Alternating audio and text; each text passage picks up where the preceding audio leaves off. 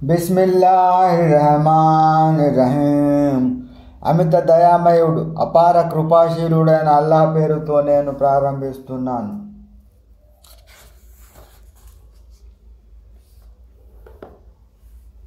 వవాద్నా మూసా 30 లైలతన్ వఅత్మమ్నాహా బిఅశరిన్ ఫతమ్మ మీఖాతు రబ్బి 40 లైలా. وقال موسى لأخيه هارون اخلفني في قومي وأصلح ولا تتبع سبيل المفسدين. మేము మూసాకు 30 రాత్రుల వాగ్దానం చేశాము. తర్వాత 10 రాత్రులు పొడిగించి దాన్ని పూర్తి చేశాము. అంటే ప్రభు నిర్ధారించిన పూర్తి గడువు 40 రాత్రులు అన్నమాట.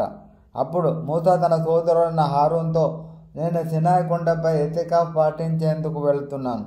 నా పరోక్షంలో నీవు నా జాతి వారిని పర్యవేక్షిస్తూ ఉండు, వీళ్లను తీర్చిదిద్దుతూ ఉండు, విచ్ఛిన్నకారుల మార్గాన్ని అనుసరించకని ఉపదేశించాడు.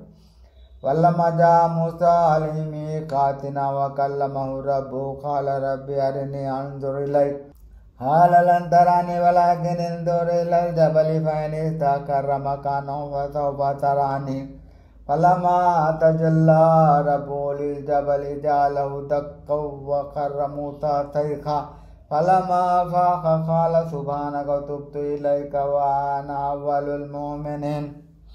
మూసా మేము నిర్ణయించిన సమయానికి వచ్చేశాడు. అతని ప్రభువు అతనితో సంభాషించాడు. ఆనందంతో పరవశించిపోయిన మూసా, మహాప్రభు, నాకు నీ దర్శన భాగ్యం కలిగించు, ఒక్కసారి నిన్ను చూసుకుంటాను అని విన్నవించుకున్నాడు. నీవు నన్ను చూడలేవు, అయితే నీవు ఆ కొండ వైపు చూస్తూ ఉండు. అది కనుక యథాస్థితిలో ఉండగలిగితే అప్పుడు నన్ను చూడగలవని అనుకో అని అల్లాహ్ అన్నాడు. ఆ తర్వాత అతని ప్రభు ఆ కొండపై తన తేజస్సును ప్రసరించగానే ఆ కొండ తుత్తునియలైపోయింది. మూసా స్పృహ తప్పి పడిపోయాడు. స్పృహలోకి వచ్చిన తర్వాత, ప్రభు, నీవు పరమ పవిత్రుడవు, నీ సన్నిధిలో పశ్చాత్తాపం చెందుతున్నాను, విశ్వసించే వారిలో నేను మొదటి వాడునవుతాను అని దీనంగా మనవి చేసుకున్నాడు. ఖాల యా మూసా ఇన్నీ ఇస్తఫైతుక అలన్నాసి బిరిసాలాతి వబికలామి ఫఖుద్ మా ఆతైతుక వకున్ మినష్ షాకిరీన్. అల్లాహ్ సెలవిచ్చాడు, ఓ మూసా, నీవు ప్రవక్త పదవిని ఇచ్చి నీతో సంభాషణ జరపడం ద్వారా నీకు మానవులందరిపై ప్రాధాన్యతను వసగాను కనుక నేను ఇచ్చిన దానిని గ్రహించు, కృతజ్ఞుడవై ఉండు.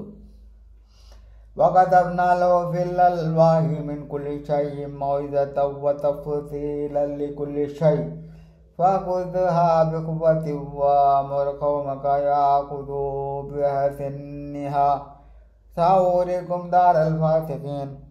మేము అతని కొరకు పలకలపై ధర్మానికి సంబంధించిన అన్ని విధాల ఉపదేశాలను, అన్ని విషయాల తఫ్సీర్లను రాసి ఇచ్చి అతనితో ఇలా అన్నాం, వీటిని గట్టిగా పట్టుకో, వీటిలో ఉత్తమ ఆదేశాలను అమలుపరచమని నీ జాతి వారిని కూడా ఆదేశించు. నేను మీకు అవిధేయుల నివాస స్థలాన్ని చూపించే రోజు ఎంతో దూరంలో లేదు.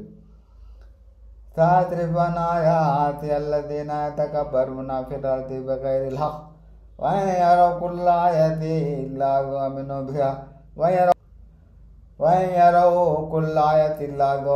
بِهَا وَإِنْ يَرَوْا سَبِيلَ الرُّشْدِ لَا يَتَّخِذُوهُ سَبِيلًا وَإِنْ يَرَوْا سَبِيلَ الْغَيِّ يَتَّخِذُوهُ سَبِيلًا ذَلِكَ بِأَنَّهُمْ كَذَّبُوا بِآيَاتِنَا وَكَانُوا عَنْهَا غَافِلِينَ. అకారణంగా భూమిపై అహంకారంతో చెలరేగిపోయే వారిని నా సూచనలకు దూరంగానే ఉంచుతాను. ఒకవేళ సూచనలన్నింటినీ చూసిన వారు విశ్వసించే రకం కాదు. సన్మార్గం కానవచ్చినా దాన్ని వారు అవలంబించరు. పెడదారి కనిపిస్తే మాత్రం దానిని తమ మార్గంగా చేసుకుంటారు. వారి పరిస్థితి ఎందుకు ఇలా మారిందంటే, వారు మా సూచనలను అసత్యాలను త్రోసిపుచ్చారు, వాటి పట్ల నిర్లక్ష్యం ప్రదర్శించారు. వల్లదీన కద్దబూ బిఆయాతినా వలిఖాఇల్ ఆఖిరతి హబితత్ అమాలుహుం హల్ యజౌన ఇల్లా మా కానూ యఅమలూన్. ఎవరు మా సూచనలను, పరలోక సమావేశాన్ని అసత్యాలుగా భావించి త్రోసిపుచ్చారో వారి కర్మలన్నీ వృధా అయిపోయాయి. వారు చేసుకున్న దాని ప్రతిఫలం తప్ప మరొకటి వారికి లభించదు. వత్తఖذ ఖౌము మూసా మిన్ బఅదిహి మిన్హుల్ ఇజ్లన్ జసదన్ లహు ఖువార్ అలం యరవ్ అన్నహు లా యుకల్లిముహుం వలా యహ్దీహిం సబీలా ఇత్తఖذు వకాను దాయిమీన్. మూసా జాతి వారు అతను వెళ్ళగానే తమ నగలతో ఆవు దూడను పోలిన విగ్రహాన్ని తయారు చేసుకున్నారు. అందులో నుంచి ఆవు అంబా అన్నట్టు ఒక ధ్వని వచ్చేది. ఏమిటి అది? తమతో మాట్లాడడం కానీ తమకు మార్గం చూపడం కానీ చేయజాలదని వారికి తెలీదా? అయినా సరే వారు దానిని ఆరాధ్య దైవంగా చేసుకొని తమ ఆత్మలకు తీరని ద్రోహం చేసుకున్నారు. వలమా సుఖిత ఫీ ఐతిహిం వరౌ అన్నహుం ఖద్ జల్లు ఖాలు లైలం యర్హమ్నా రబ్బునా వయగ్ఫిర్ లనా లనకూనన్న మినల్ ఖాసిరీన్. ఎట్టకేలకు వారు తమ వల్ల జరిగిన దానిపై సిగ్గుతో చేతులు నలుపుకున్నారు. తాము మార్గవిహీనతకు లోనయ్యామని తెలుసుకొని ఇలా వేడుకున్నారు, ఒకవేళ మా ప్రభువే కనుక మమ్మల్ని కరుణించకపోతే, మమ్మల్ని రక్షించకపోతే మేము ఘోర నష్టానికి గురవుతాము.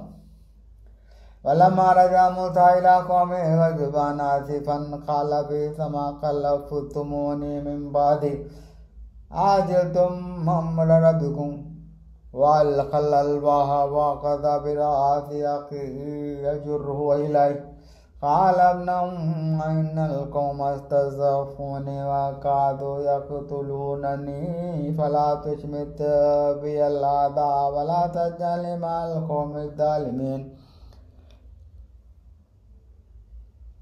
మూసా తన జాతి వరద్దు కోపంతో విచారంతో తిరిగి వచ్చి ఇలా అన్నాడు, మీరు నా వెనుక ఇంత చెడ్డ నిర్వాహం చేస్తారా?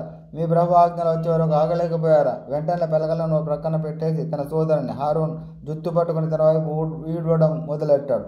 అప్పుడు అతను, నా మాతాపుత్రుడా, నేను చెప్పేది విను. ఈ జనులు నన్ను ఏమాత్రం ఖాతరు చేయలేదు. నన్ను చంపేస్తారా అనిపించింది. కాబట్టి నువ్వు ఇప్పుడు రాద్ధాంతం చేసి శత్రువు నా పరిస్థితిపై నవ్వుకునేలా చేయకు. నన్ను ఈ దుర్మార్గులలో ఒకనిగా పరిగణించకు అన్నాడు. قال رب اغفر لي ولأخي وادخلنا في رحمتك وأنت أرحم الراحمين. అప్పుడు మూసా ఇలా విన్నవించుకున్నాడు, ప్రభు, నన్ను నా సోదరుని క్షమించు. మా ఇద్దరిని నీ కారుణ్యంలోకి చేర్చుకో. నీవు కరుణించే వారందరిలోకి అధికంగా కరుణించేవాడు.